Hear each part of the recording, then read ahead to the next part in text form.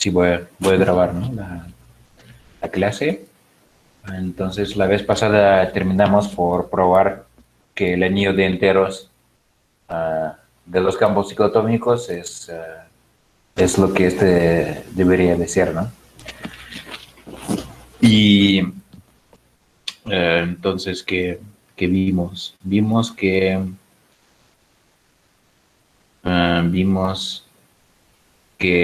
si tomamos el campo dicotómico Q con ZN, entonces el anillo de enteros en el campo dicotómico es Z con la raíz enésima. Este es el anillo de enteros OK en este caso. Entonces este es, digamos, K y este es OK. Y ahora podemos ocupar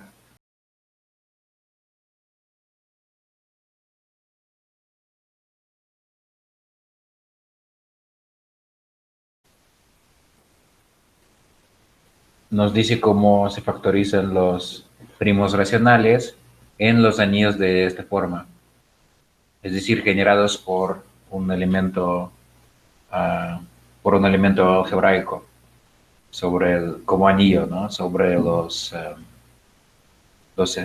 números enteros. Y en este caso, entonces, hay que ver cómo se factoriza módulo P el enésimo polinomio dicotómico. Entonces, Commer-Dedekind nos va a decir que la factorización de un primo racional, digamos P1, E1, PSS, que esta va a corresponder precisamente a la factorización del enésimo polinomio dicotómico, que es el polinomio mínimo de Zn módulo P. Digamos, este es G1, Y1, ES, ES en FPX. Entonces, para saber factorizar los primos racionales en los campos dicotómicos, pues hay que ver cómo se factorizan los polinomios dicotómicos módulo diferentes primos.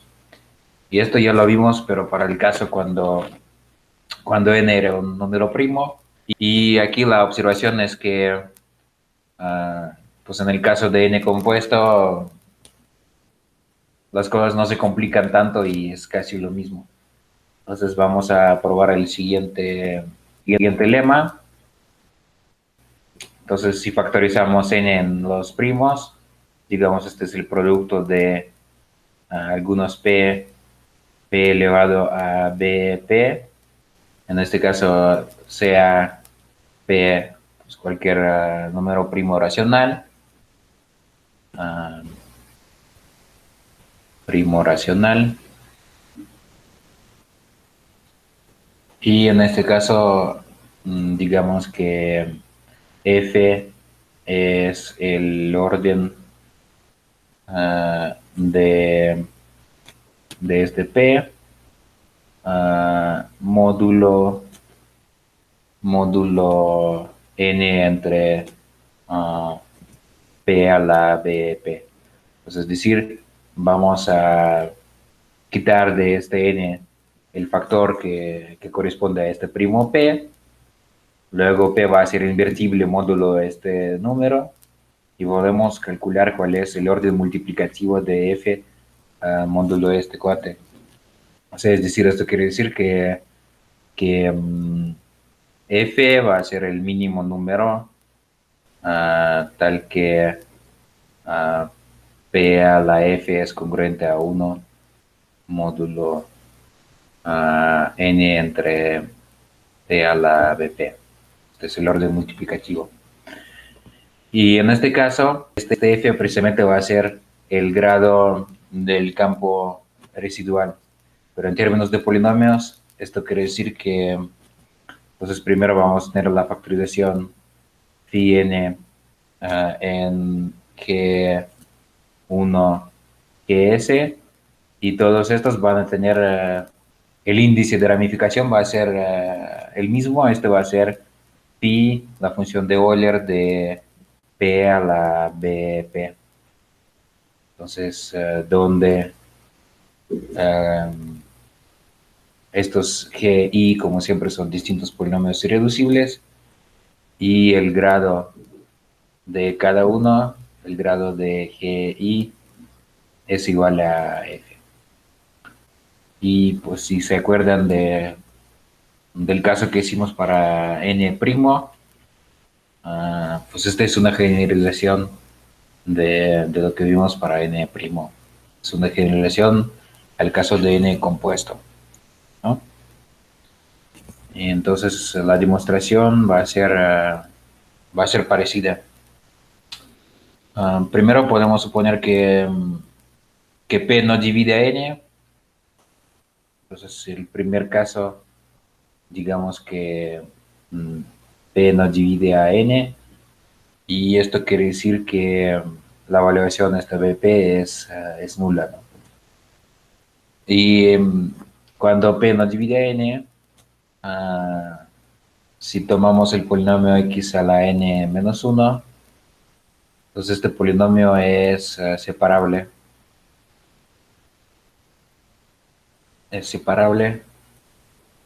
en fpx. Es decir, no va a tener raíces múltiples. Y pues para ver que, digamos, este polinomio es h, ¿no?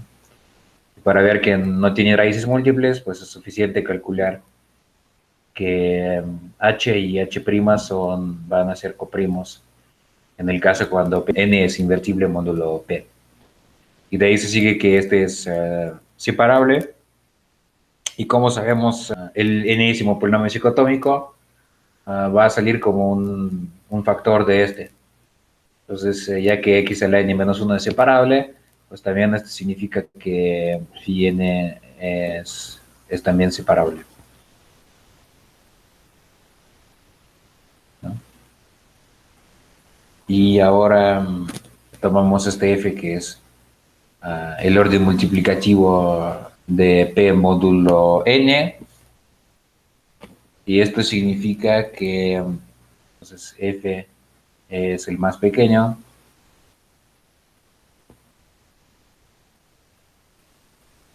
tal que el grupo multiplicativo de f p a la f contiene raíces enésimas primitivas.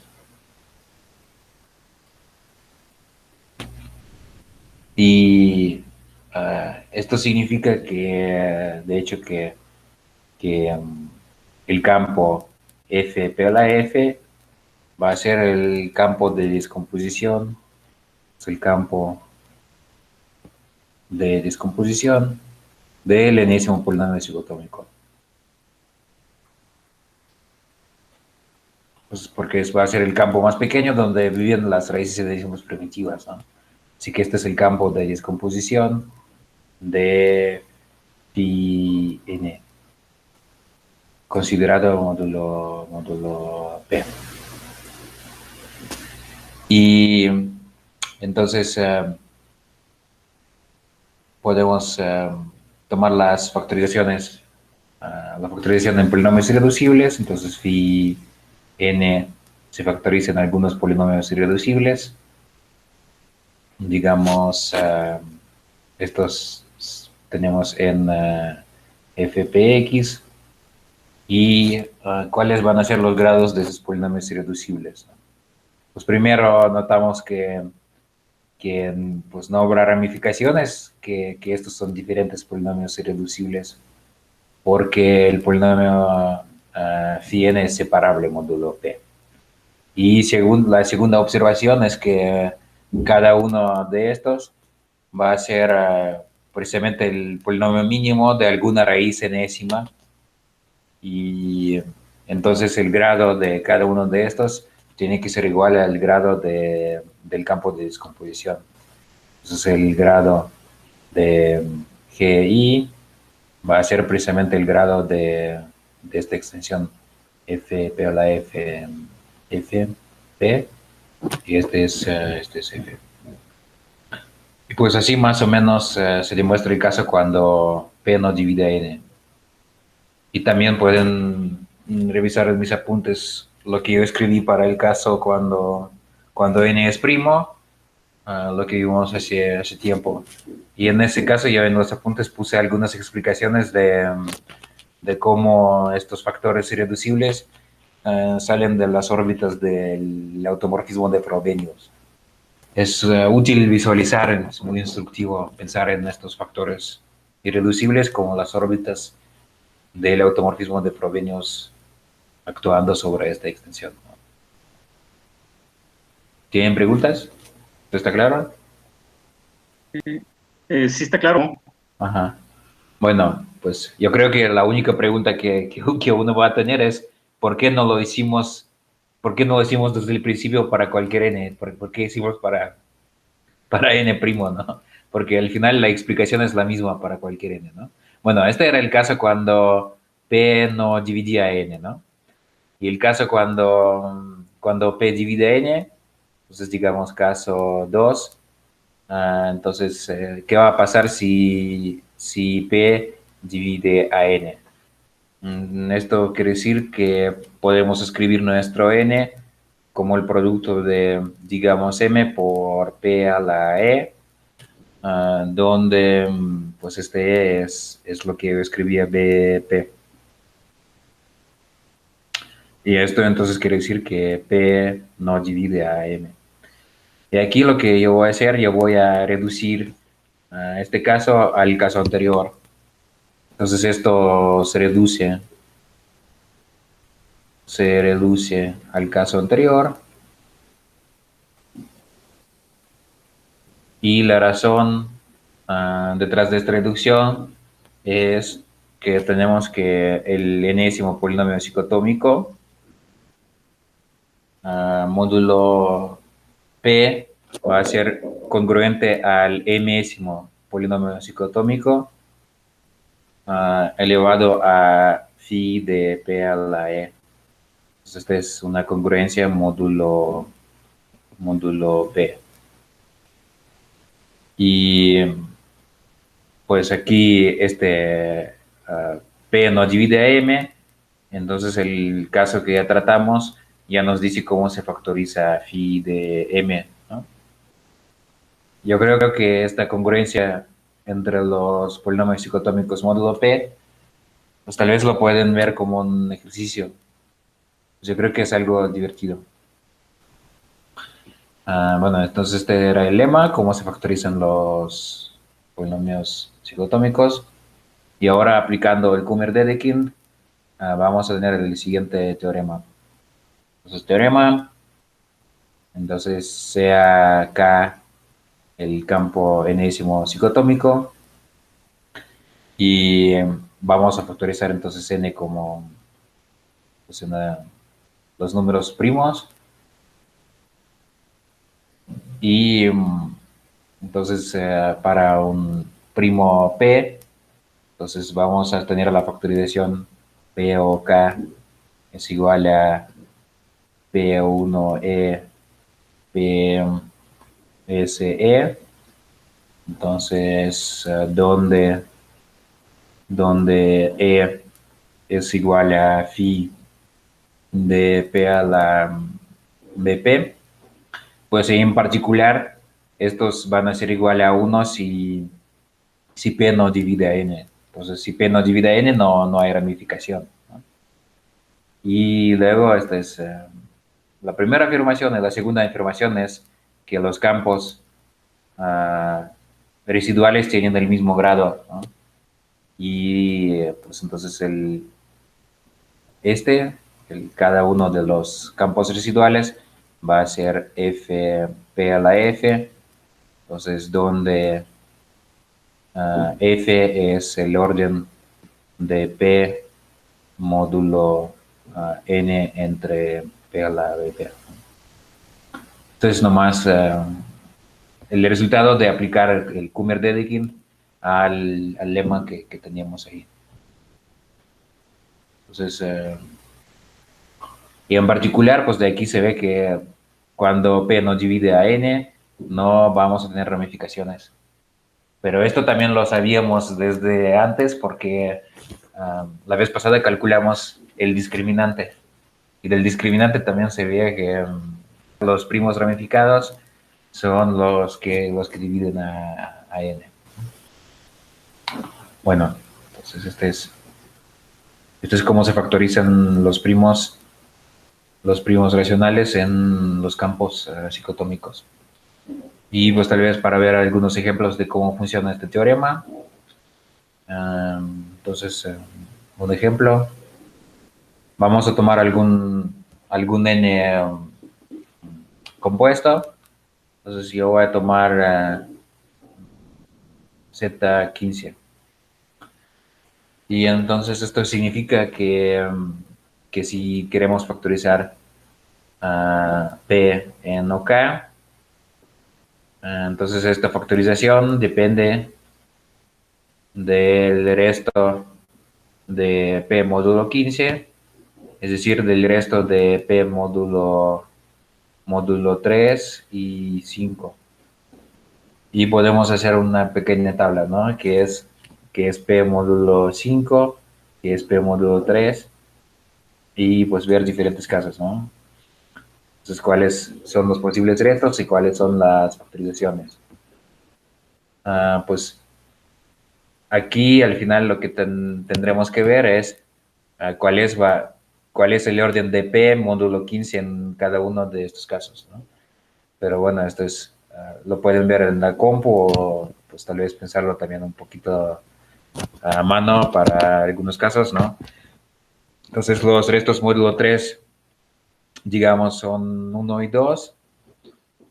Y cuando pues el resto módulo 3 es, pues cuando el primo es igual a 3, en este caso vamos a tener la ramificación, ¿no? Y los restos módulo 5, pues si P es distinto de 5, van a ser 1, 2, 3 y 4. Pues yo hice algunos cálculos de estos y pues por ejemplo, si el resto módulo 3 y el resto módulo 5 es 1, entonces pues en este caso sí está claro, ¿no? Si P es congruente a 1 módulo 15, pues el orden en el grupo multiplicativo es 1, y esto quiere decir que vamos a tener 8 ideales primos, y estos van a tener entonces el grado del campo residual 1, ¿no? Luego si tomamos el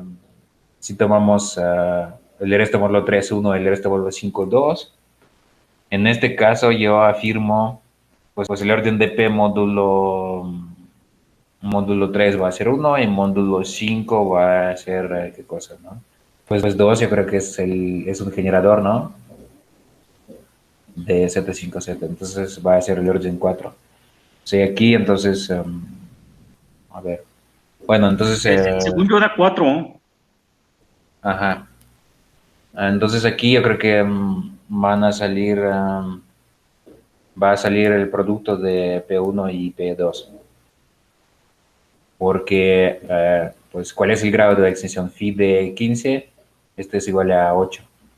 Entonces, y aquí, si los grados de campos residuales van a ser 4, entonces vamos a tener dos ideales primos, ¿no? Y bueno, esta es la idea más o menos.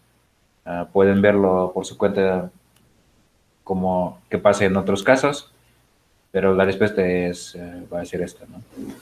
Entonces, y que va a ser P1, P4, P1, P2, que va a ser P1, P2, y aquí va a ser P1, P4.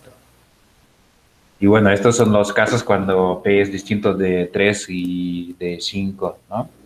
Entonces luego si tomamos 3, entonces ¿qué pasa con 3, ¿no? Pues se va a ramificar. ¿Y cuál es la ramificación, no? Pues el grado de la ramificación va a ser igual a phi de 3, que es 2. Entonces va a ser algún ideal primo al cuadrado. Y lo mismo con 5. Entonces, si calculamos qué pasa con 5, vamos a tener algún primo, bueno, digamos otro primo, ¿no? Q elevado a 4. Y 4 es phi de 5. Entonces, este es cómo se comportan las factorizaciones de los primos racionales. Y esto es, para los campos ciclotómicos, van a depender del resto de P módulo N. Y para terminar con este tema, pues el segundo ejemplo. Este ejemplo es bastante curioso, que este ejemplo fue descubierto por Kummer.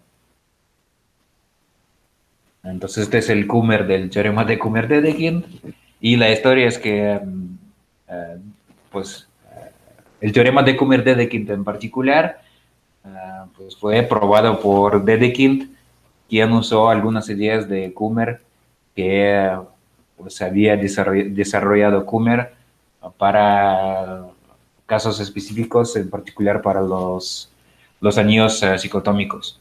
Entonces Kummer estudió muchísimo la aritmética de los campos ciclotómicos, y él descubrió el siguiente caso interesante, que si tomamos el campo cicotómico QZ23, vamos a ver cuál es el primer primo P. Entonces el primer P, tal que P es congruente a 1 módulo 23, pues no es muy difícil ver quién es. Pues es 47, ¿no? Se ve que 47 módulo 23 es 1, pues este es el primer primo con esta propiedad. Entonces, ya que el resto de este P es 1 módulo 23, esto significa que si factorizamos, en OK este primo 47, nos van a salir, pues, phi de 23 es 22. El grado de los campos residuales va a ser 1 en este caso, ¿no? Entonces, ya que el grado de campos residuales es 1, van a salir 22 ideales primos. Entonces va a salir P1, P22. Entonces son 22 distintos ideales primos que en OK están en la factorización de 47. Y yo afirmo que estos ideales no son principales. Esto precisamente es lo que descubrió Kummer. Entonces, afirmación. Esto es lo que descubrió Kummer, que los PI no son principales. No son principales. Y esto, pues, como se ve, ¿no? Pues se ve como algo complicado, porque pues, podemos ocupar el Kummer-Dedekind, escribir una factorización específica y ver cuáles son estos ideales, pero pues no está claro porque estos ideales no pueden ser principales, ¿no? Entonces la idea es la siguiente. Pues vamos a suponer que sí son principales, ¿no? Entonces, si algún PI es principal y este es pues generado por algún alfa en OK, sabemos de una vez, de hecho, ¿no? Es que la norma de cada uno de estos ideales PI es 47, ¿no? Entonces, si este ideal PI fuera principal, esto implicaría que la norma de alfa es igual a, pues, más o menos 47. Porque lo que vimos, ¿no? Pues hay una propiedad que vimos que dice que si tomamos un ideal principal, la norma de un ideal principal es el valor absoluto de la norma del generador, ¿no? Entonces, vamos a ver que esto es imposible, ¿no? Entonces, la norma de alfa va a ser el producto de de todos los conjugados de alfa. Entonces hay que tomar los sigma del grupo de Galois de esta extensión, que de hecho es una extensión de Galois, ¿no? Extensión ciclotómica, y tomar todos los conjugados. Luego, pues el grupo de Galois del campo ciclotómico enésimo, entonces siempre es isomorfo a qué cosa, ¿no? Esto lo mencioné, ¿no? En varias ocasiones, que este es isomorfo al grupo de los restos módulo n invertibles, ¿no? Entonces, si en este caso, aquí, este va a ser un producto de 22 elementos, y este grupo va a ser cíclico, cuando n es igual a 23, ¿no? Aquí vamos a tener entonces producto de 22 elementos. Pero yo quiero partir este producto en dos, entonces aquí voy a escribir las potencias, pues este sigma, entonces digamos que sigma es un generador del grupo de Galois, dk sobre q, y yo voy a escribir entonces esta expresión como el siguiente producto, que es en el primer término yo voy a poner todas las potencias pares de sigma, entonces hasta sigma 20 alfa, y voy a poner el segundo múltiplo, ¿no? Donde van a estar todas las potencias impares. Entonces este es sigma alfa, sigma al cubo alfa, etcétera, hasta sigma 21 alfa. Entonces esta es la norma. Y aquí la observación es la siguiente, que adentro del campo ciclotómico QZ23 está el campo cuadrático Q con la raíz de menos 23. Y ahora, entonces, ¿cuáles son los elementos que van a estar aquí en Q con la raíz de menos 23? Este va a ser el subcampo fijo por el subgrupo del grupo de Galois generado por sigma al cuadrado, ¿no? Este va a ser el subgrupo de índice 2 en el grupo de Galois, ¿no? Entonces tenemos aquí dos factores, y cada uno es fijo por la acción de sigma al cuadrado, ¿no? Como se ve.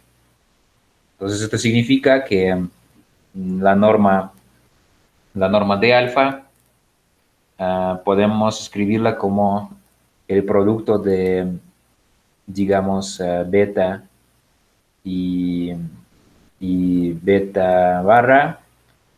Entonces, donde beta y beta barra son elementos en el subcampo cuadrático. Y de hecho, pues esta beta barra, pues no lo escribí solo porque sí, ¿no? Este va a ser precisamente el conjugado. Pues, ¿y por qué será el conjugado? Pues porque en este caso la conjugación compleja de alfa, esto va a ser sigma 11 alfa, y aquí podemos ver que el segundo múltiplo aquí en este producto va a ser precisamente el conjugado del primero, ¿no? Entonces lo que hicimos, logramos ver que la norma de este alfa va a ser el producto de beta por su conjugado, donde este beta es un elemento en el subcampo cuadrático. Y además, pues, estos números van a ser enteros algebraicos. Entonces, no solamente sabemos que están en Q con la raíz de menos 23, pues que sabemos que están en el anillo de enteros de este cohete, ¿no? Y entonces el anillo de enteros, ¿quién es, no? Esto quiere decir que beta va a ser de la forma, digamos, a más b por la raíz de menos 23, donde, bueno, Estos no necesariamente van a ser enteros, pues escribamos así, ¿no? Entonces, donde A y B son enteros y también A es congruente a B módulo 2, ¿no? Este era el anillo de enteros en este caso, ¿no? Y pues, ¿esto qué significa, no? Que la norma de alfa es igual a, pues, que vamos a tener, ¿no? Vamos a tener al cuadrado más 23b al cuadrado entre 4, ¿no? Entonces, si por nuestra hipótesis esto es igual a 47. Pero pues en este caso ya reducimos casi todo el trabajo a verificar si habrá A y B números enteros, pues tal es que se cumple esto, ¿no? Pero pues A al cuadrado más 23B al cuadrado no puede ser igual a 4 por 47. Pues ¿por qué será esto?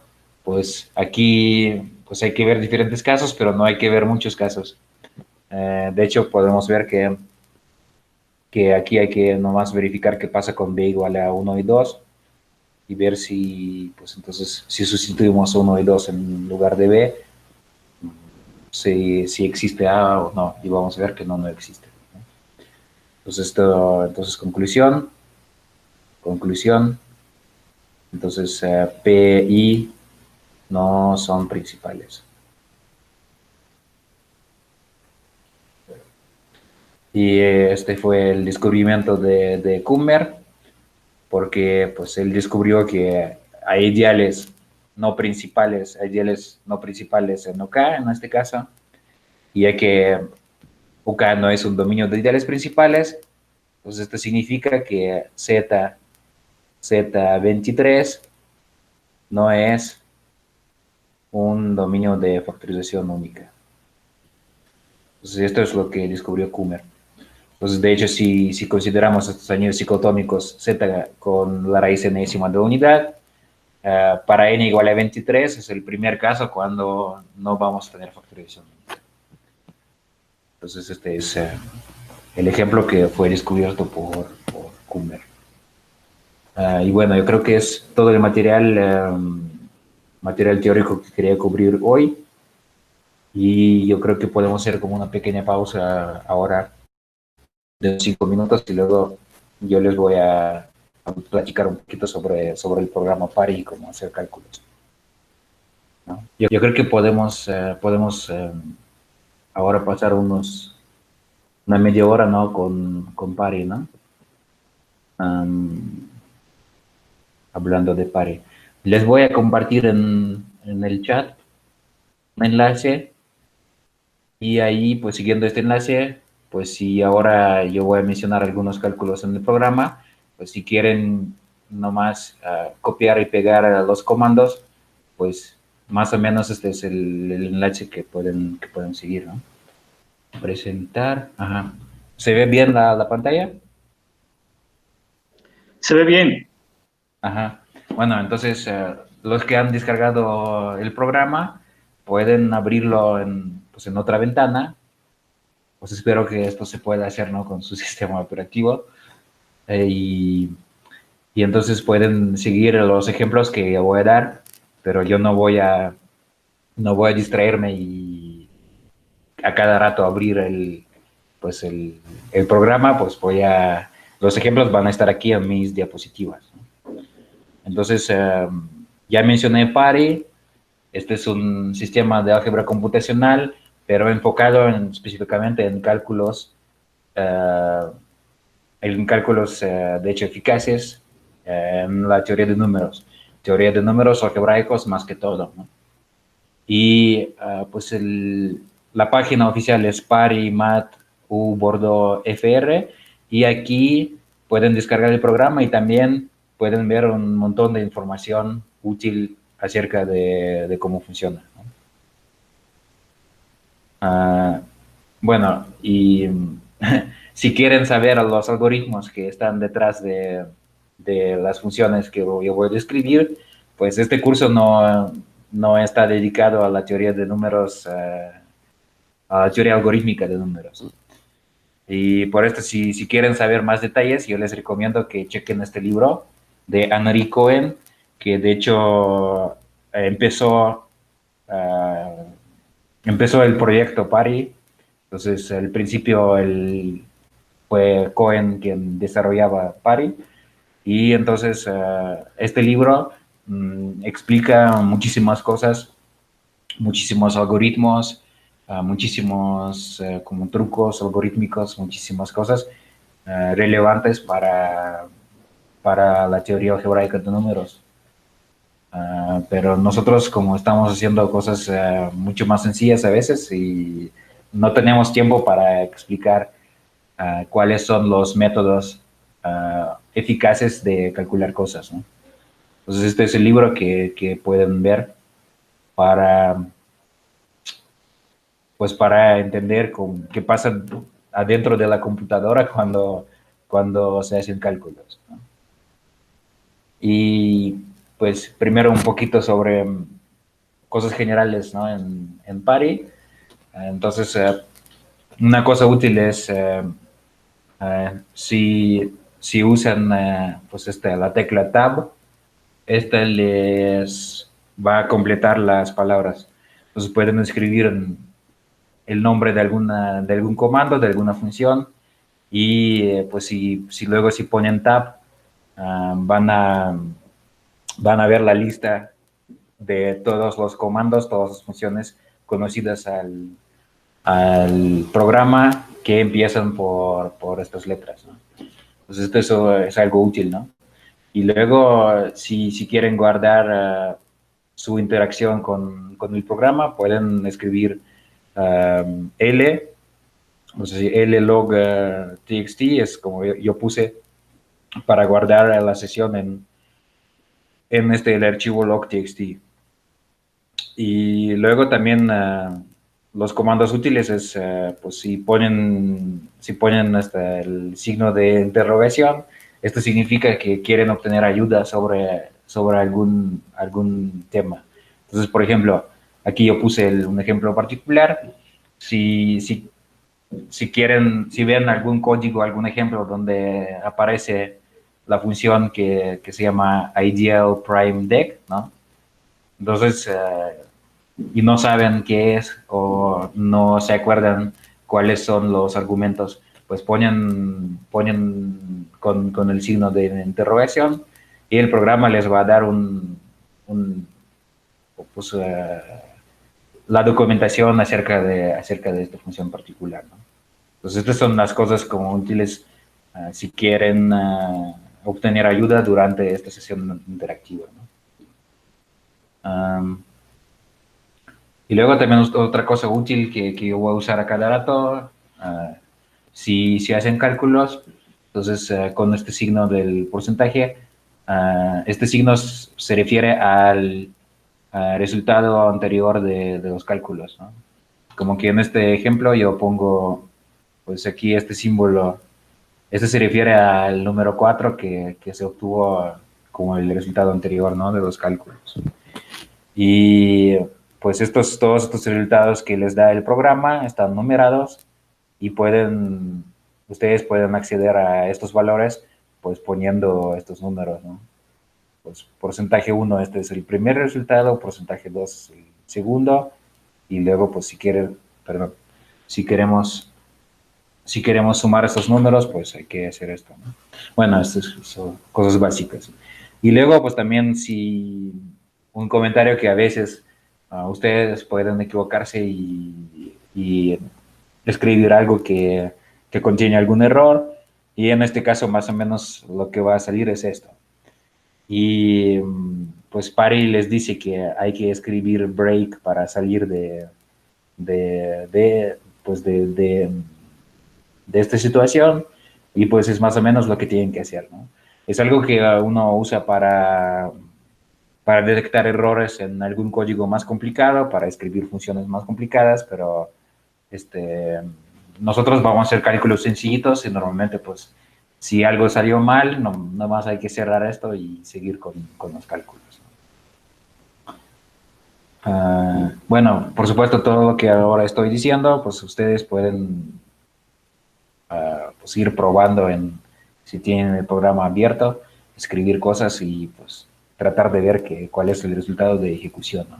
No voy a hablar solo de no voy a hablar pues de toda la teoría algebraica de números, yo voy a hablar solamente de unos temas específicos, ¿no? Entonces, primero, para hacer cálculos, pues obviamente hay que saber cómo trabajar con los polinomios, ¿no? Entonces, para ver si algo es irreducible, el comando es pol is irreducible, ¿no? Y este devuelve 1 si el polinomio es irreducible y 0 si el polinomio no es irreducible. Entonces, este es un ejemplo, ¿no? Los primeros dos aquí son irreducibles y el tercer polinomio no es irreducible. Va a tener,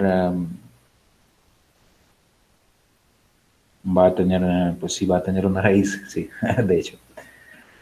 Pues este es para ver la irreducibilidad y lo que necesitamos nosotros para hacer cálculos, sobre todo para aplicar el Kummer-Dedekind, necesitamos factorizar los polinomios. Y para factorizar sirve este comando que se llama factor. Y aquí, ¿qué significa la salida de factor, ¿no? Aquí aparecen los factores irreducibles. Esta es una matriz, ¿no? Que tiene solo dos columnas y en la primera columna están los factores irreducibles y en la segunda columna están las potencias correspondientes, ¿no? Entonces, pues este es el x a la octava menos 1 en su factorización que va a tener, ¿no?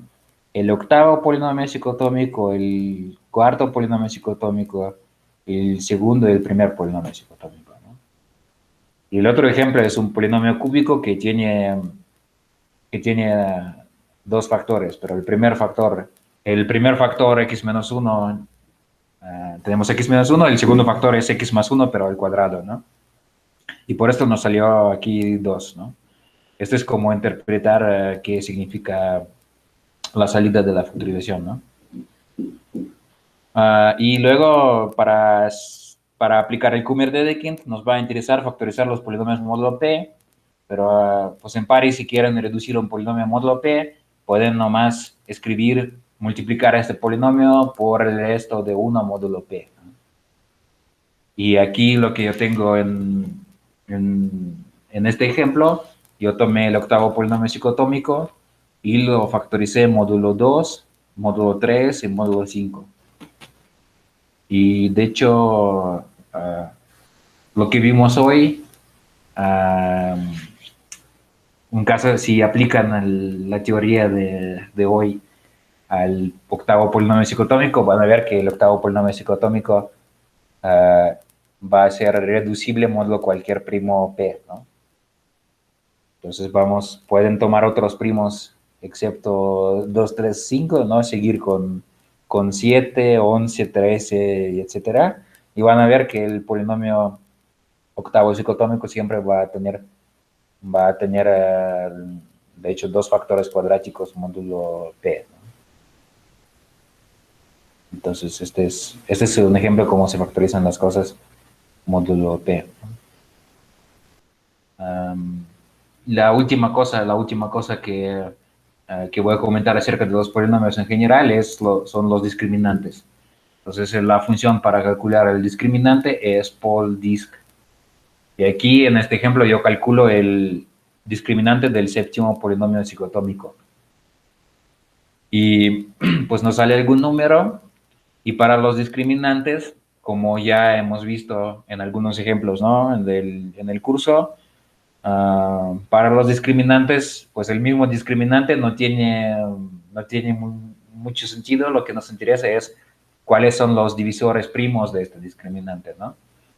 Entonces, si nos sale este número, a lo mejor no sabemos, no reconocemos qué es esto, pero pues el discriminante del séptimo polinomio psicotómico tiene que ser pues 7 elevado a 7 menos 2, que es 5, ¿no? Y el signo es menos 1 porque el número de encajes complejos es 3 en este caso, ¿verdad? El número de encajes complejos bueno, es 6, ¿no? Y 6 entre 2 es 3, menos 1 a 3, pues el cubo es menos 1. Entonces el signo es menos 1. Bueno, estos son los discriminantes. Y ahora, pues lo que nos interesa principalmente son los campos de números. Y para especificar un campo de números, lo que hay que hacer, hay que tomar un polinomio irreducible y un campo de números impares se representa como cociente de los racionales por un polinomio irreducible. Y pues lo que nos dice el teorema del elemento primitivo, esto es siempre posible, ¿no? Y pues el comando para hacer cálculos relacionados con f, pues con este campo de números que está asociado a f, es nf init. Entonces, si escriben esto, k es igual a nf init y luego ponen algún polinomio irreducible, Parel les va a calcular algunos invariantes básicos de este campo de números y estos van a estar en la variable k, ¿no? Entonces, algunos invariantes que calcula Parel, que calcula la función nfinit, pues calcula una base sobre z del anillo de enteros, calcula el discriminante y pues calcula los encajes reales y complejos, entonces calcula esta la asignatura. Y luego yo escribí aquí que si quieren acceder al polinomio f que usaron para definir su campo de números, pues escriben k.pol y este va a ser el polinomio f, si lo necesitan más adelante, ¿no? Pero pues ahora vamos a ver algunos ejemplos, cómo usar estas cosas, ¿no? Pues por ejemplo, nos interesa el campo Q con la raíz cúbica de 19. Entonces, para inicializar los datos asociados con este campo de números, escribimos k igual a nf init x al cubo menos 19, que este es el polinomio mínimo, ¿no?, de la raíz cúbica de 19. Y pues luego yo, por ejemplo, escribo k sign, esta es la asignatura de k. Y me salió 1, 1. ¿Esto qué significa? Que pues el polinomio tiene una raíz real y dos raíces complejas que son conjugadas, ¿no? Y por esto la asignatura es 1 y 1, ¿no? Luego, yo quiero calcular el discriminante del anillo de enteros, ¿no? Entonces, el discriminante es este número y yo lo factorizo y veo que este es menos 3 por 19 al cuadrado, ¿no? Y luego, si yo quiero saber quién es el anillo de enteros, yo pongo k.zk y me salió esto, ¿no? Y cómo interpretar la última expresión. Esta es una base del anillo de enteros sobre z, pero pues aquí los elementos están expresados como polinomios en x, módulo el polinomio f que define a mi campo de números, ¿no? Entonces, lo que está aquí, si alfa es la raíz cúbica de 19, entonces la última línea, ¿no?, aquí significa que OK es igual a, pues la base es 1 entre 3 por alfa al cuadrado más alfa más 1, ¿no? Es el segundo elemento de la base. Y luego, pues alfa, ¿no? Pero, o sea, sabemos que esta base para OK no existe, pero obviamente no es canónica y pues hay que ver cuál es la base particular que les calcule el programa, porque más adelante todos los cálculos van a ser respecto a esta base particular de OK. Y bueno, aquí este es un momento importante, ¿no? Pues aquí yo escribí nfinit y luego puse punto y coma, ¿no? Y en Pari, a diferencia de otros programas informáticos, ¿no?, de otros sistemas de álgebra computacional, los comandos no tienen que terminarse por punto y coma o algo, ¿no? Entonces, ¿qué significa punto y coma? Punto y coma nomás significa que no nos interesa ver la salida, porque si ejecutamos lo mismo sin poner punto y coma, Pare nos va a imprimir todo el resultado que, pues, esta es una estructura de datos que usa Pari para representar los invariantes de un campo de números, pero no es muy legible, ¿no? Por esto, pues como aquí lo que vimos, ¿no? Vimos aquí la asignatura, vimos el discriminante, también en algún momento aquí va a salir una base de OK en algún formato, pero pues esto no es muy legible, ¿no? Por esto, si quieren acceder a estos datos, pues usan los métodos que escribo, ¿no? Hay que poner K, punto y pues algún dato que les interese, ¿no? Pero pues normalmente la estructura que adentro de Pari se usa, pues es algo que se ve un poquito complicado, ¿no? Por esto queremos suprimir la salida de este comando para no ver este tipo de cosas, ¿no?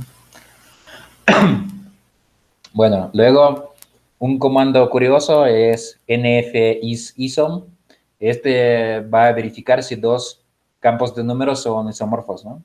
Porque pues un campo de números aquí en este programa se representa por un polinomio irreducible, pero el mismo campo de números puede ser representado por diferentes polinomios irreducibles. Y entonces, para checar si dos son isomorfos, sirve este comando, esta función nf-isom. Y aquí pueden poner dos estas estructuras que nos da este comando nfinit, o pueden poner nomás polinomios irreducibles, ¿no?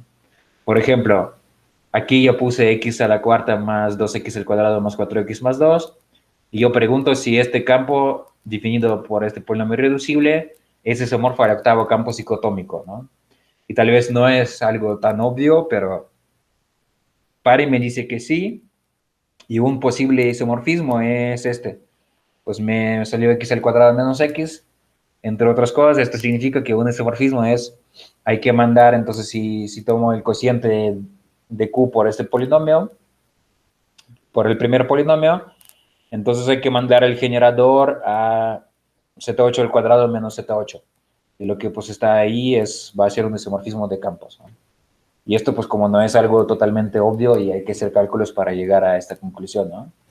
Pero entonces esta función nf-isom les dice si dos campos son isomorfos o no lo son, ¿no? Pues si la salida es nomás cero, esto significa que no hay isomorfismo. Y otra cosa que pueden preguntar es si un campo está incluido en otro. Aquí el comando es nf-is-include, ¿no? Inclusión, ¿no?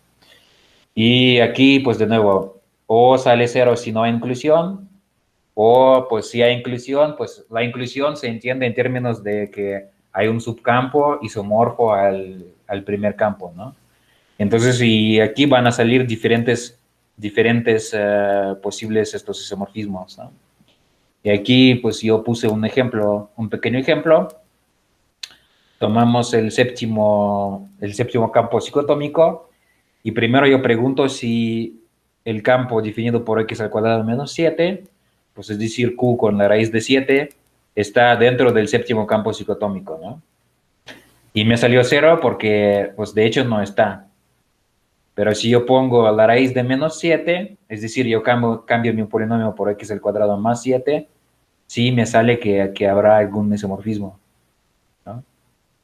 Y bueno, pues por ahora yo no voy a hablar mucho de subcampos porque los subcampos se clasifican en la teoría de Galois y yo creo que en otra ocasión vamos a tener una sesión con Pari que nos, eh, que nos explique, ¿no? Cómo funcionan las cosas relacionadas con subcampos y grupos de Galois y estas cosas, ¿no? Bueno, y otra función útil es PolRedBest. Entonces, a esta función toma como su entrada un polinomio y la salida va a ser otro polinomio, pues que va a dar un campo isomorfo, pero los coeficientes de este G van a ser pequeños en algún sentido. Bueno, esto tal vez hay que ver un ejemplo, ¿no? Para entender. Pues yo tomé el campo bicuadrático, q con la raíz de 2 y la raíz de 3. Y pues si queremos ver esto como un campo de números en pari, pues podemos, por ejemplo, tomar un solo generador que es la suma de la raíz de 12 y la raíz de 3. Este va a tener este polinomio mínimo, y entonces el campo de números asociado a este polinomio es este campo K. Y aquí, pues lo que yo calculé el discriminante de este polinomio f, y me salió un número pues bastante grande, ¿no? Luego yo tomé el campo de números definido por f y calculé el discriminante, pero del campo de números. Y ahora, como sabemos, ¿cuál es la diferencia entre el discriminante de f y el discriminante del campo de números, ¿no? Pues es el cuadrado del índice del orden z alfa en OK, ¿no? Y aquí calculamos que el índice va a ser igual a 8, ¿no? Entonces, si tomamos z alfa, donde alfa es la raíz de 2 más la raíz de 3, nos sale un subanillo en OK que tiene índice 8. Y pues 8 es un índice bastante grande. Y la pregunta es si podemos obtener de alguna manera un subanillo de índice más pequeño. Y aquí nos ayuda la función pollred-best. Le pasamos el polinomio f que teníamos y nos sale otro polinomio, x a la cuarta menos 4x al cuadrado más 1, ¿no? Y si calculamos el discriminante de este polinomio, nos sale que este discriminante es igual al discriminante de k. Es decir, que en realidad hemos encontrado que el anillo de enteros puede ser generado solo por un elemento. Y este elemento tiene este polinomio como su polinomio mínimo, ¿no? Entonces, esta función pollred-best les ayuda a obtener a partir de un polinomio otro polinomio más razonable que va a tener coeficientes más pequeños, y últimamente esto va a significar que el índice del anillo correspondiente va a ser más pequeño en OK. Y otro ejemplo, por ejemplo, si tomamos la raíz cúbica de 19, esto es algo que ya vimos en clase, ¿no? Entonces, si tomamos el anillo Z alfa, donde alfa es la raíz cúbica de 19, el índice de este subanillo es 3. Y aquí yo usando la misma función pollred-best, obtengo otro polinomio que me define un subanillo de índice 2. Y aquí, pues si ponen como el segundo argumento de la función, si ponen 1, esto significa que van a obtener una expresión para alfa en términos de beta, ¿no? Aquí lo que salió significa que alfa es igual pues, a este número en términos de beta. Pues pueden volver a este ejemplo en los apuntes y ver que pues, esto lo hicimos a mano, ¿no? Vimos este ejemplo a mano y ahora pues es así como se hacen las cosas en la computadora. Y pues yo creo que la última cosa que quería explicar es cómo trabajar con los elementos de campos de números. Y hay dos opciones como representar los elementos. Un elemento puede ser representado como un polinomio considerado un módulo del polinomio f que define nuestro campo de números. Entonces aquí yo tomé este elemento, módulo del quinto polinomio psicotómico, y este es un elemento, este va a ser un elemento del quinto campo psicotómico al final, ¿no? Y pues yo hice un cálculo que el cuadrado de este elemento es 5, ¿no? En el quinto campo psicotómico, ¿no? Es un ejemplo. Y otra opción que de hecho se usa en los cálculos de parium es representar los elementos en términos de la base que el programa calcula para OK. Entonces, en este caso, para representar un elemento, tomamos un vector de números racionales y el significado de este vector es que pues estos son los coeficientes respecto a esta base de OK que fue calculado, ¿no? Y pues solo para ver algunos ejemplos, ¿no? Cómo funciona esto. Aquí yo tomo el campo q con la raíz de 5 y pues la base del año de enteros que me calculó el programa es esta. Entonces luego yo tomo el elemento 2 más x, y 2 más x significa que es 2 más la raíz de 5, ¿no? Y yo lo expreso primero como un vector respecto a esta base, y luego, pues aquí hay otro comando, otra función que me permite a partir de una expresión algebraica como 2 más x, obtener una expresión en términos de esta base del anillo de enteros, ¿no? Pero pues el punto importante es que hay dos representaciones distintas. O pueden trabajar con polinomios módulo otros polinomios o con vectores, que son expansiones en una base particular del año de enteros. Y bueno, pues pueden hacer cosas básicas como sumar elementos, multiplicar y etcétera, etcétera, ¿no? Pues aquí yo puse un ejemplo de calcular las potencias de 1 más la raíz de 2, ¿no? Este es el ejemplo que vimos al principio cuando estábamos hablando, de hecho, de la ecuación de Pell, ¿no?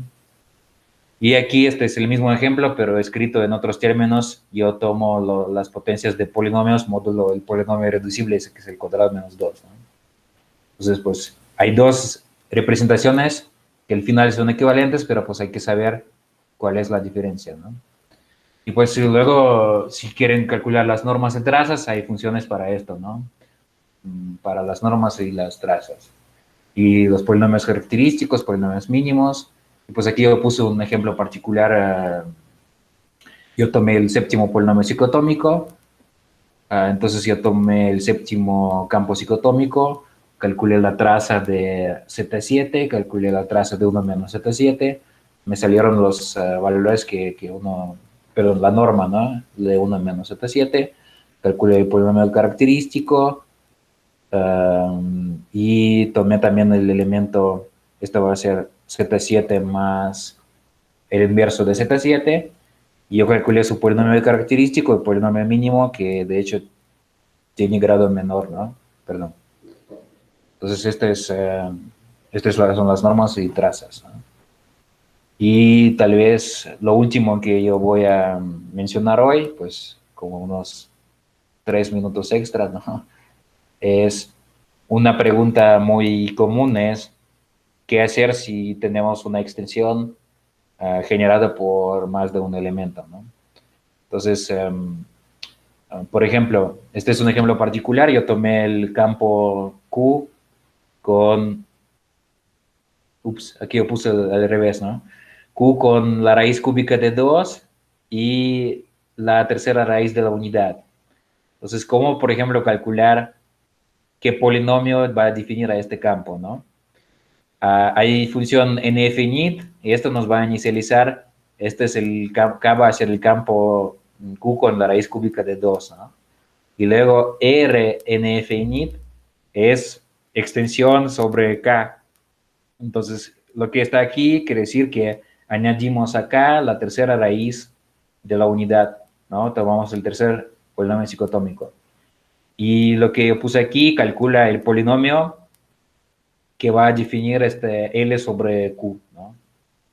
Entonces, luego yo también calculé cuál es el polinomio mínimo de la raíz cúbica de 2 más la raíz tercera de la unidad, ¿no? Entonces, aquí esta es la explicación de esas funciones, ¿no? Nfinit es para inicializar una extensión de Q, y Rnfinit es una extensión de Q, ¿no? Ups, creo que es una versión antigua de la presentación. Pues aquí tienen que poner el argumento K, ¿no? Perdón. Aquí Rnfinit toma como su entrada K, y luego otro polinomio que define una extensión sobre K, ¿no? Y luego, entonces, en este ejemplo yo calculé que si tomamos esta extensión con la raíz cúbica de 12 y Z3, pueden, por ejemplo, definir esta extensión por este polinomio de grado 6, ¿no? Pero al principio como no está tan claro, ¿no? Entonces pueden después ver los detalles, cómo funciona estas Rnfinit. Esto les va a servir para definir extensiones relativas de campos de números, ¿no? Y bueno, Pari sabe muchas cosas sobre las extensiones relativas, pero nosotros en este curso normalmente trabajamos con extensiones de Q y no consideramos tanto la situación de extensiones relativas, ¿no? Entonces, si en otra ocasión, yo creo que el lunes, yo voy a explicar al inicio de clase, yo voy a explicar cómo hacer cálculos con los ideales en el anillo de enteros, cómo factorizar los ideales en ideales primos en particular, es lo que nos interesa más que todo, ¿no? Y bueno, gracias por su atención. Y si tienen algunas preguntas, ahorita yo creo que podemos, sí, yo creo que bueno, podemos hablar un poquito sobre PARE ahora, ¿no? Una pregunta, Pari, si está bien validado, no ocurre que dé resultados incorrectos a veces. No, pues PARE es un programa excelente que ya están desarrollando desde hace muchísimo tiempo y mm, puede haber errores en el código, pero es algo muy, muy, muy raro. Y otra cosa curiosa es que, bueno, todavía para los cálculos que vimos hoy, que vimos nomás cómo calcular el anillo de enteros y hacer cálculos con elementos, pero para hacer estos cálculos lo que necesitamos es el álgebra lineal, ¿no? Pues aquí yo creo que no hay como muchos problemas con el álgebra lineal. Pero una cosa curiosa es que si quieren calcular los invariantes más complicados, y esto lo vamos a hacer más adelante en el curso, por ejemplo, si quieren calcular el grupo de clases. Y ahí una cosa curiosa es que Pari hace cálculos asumiendo la hipótesis de Riemann. Entonces hay algoritmos que son más eficaces, más rápidos y calculan el grupo de clases o el grupo de unidades de OK asumiendo la hipótesis de Riemann. Y luego en Pari hay otro comando que verifica los resultados sin asumir la hipótesis de Riemann. Entonces, en teoría, ustedes pueden hacer cálculos en Pari, luego ejecutar otro comando en Pari que verifica los resultados y pues puede ser que van a encontrar que los resultados no coinciden y esto en teoría significaría que tienen un contraejemplo para la hipótesis de Riemann, ¿no? Pero en realidad obviamente esto va a significar que tal vez hay como algún error en el código del programa, ¿no? Pero normalmente no hay errores en Pari. Tal vez hay algunas funciones nuevas que se están desarrollando y ahí como siempre añaden como nuevas cosas, pero respecto a las cosas muy básicas de álgebra lineal que vimos ahora, pues no tienen que preocuparse, ¿no? Yo creo que el chiste siempre es calcular cosas y luego tratar de entender por qué salió una cosa u otra, ¿no? Como que pues, entender por qué el año de enteros que salió es ese, ¿no? Pues obviamente no es la única opción, pero pues interpretar la salida del programa, ¿no? Esto es importante. Por esto yo como solo hasta ahora estoy hablando de Pari porque si no es como no tiene mucho chiste, ¿no? Hacer cálculos, sino entender de dónde salen, por qué caen del cielo algunas cosas y por esto yo pasé un poco de tiempo explicando cómo más o menos calcular OK y ahora pues les digo que no tienen que calcular OK y que el programa les calcula esto rápidamente sin problema, ¿no? ¿Alguna otra pregunta?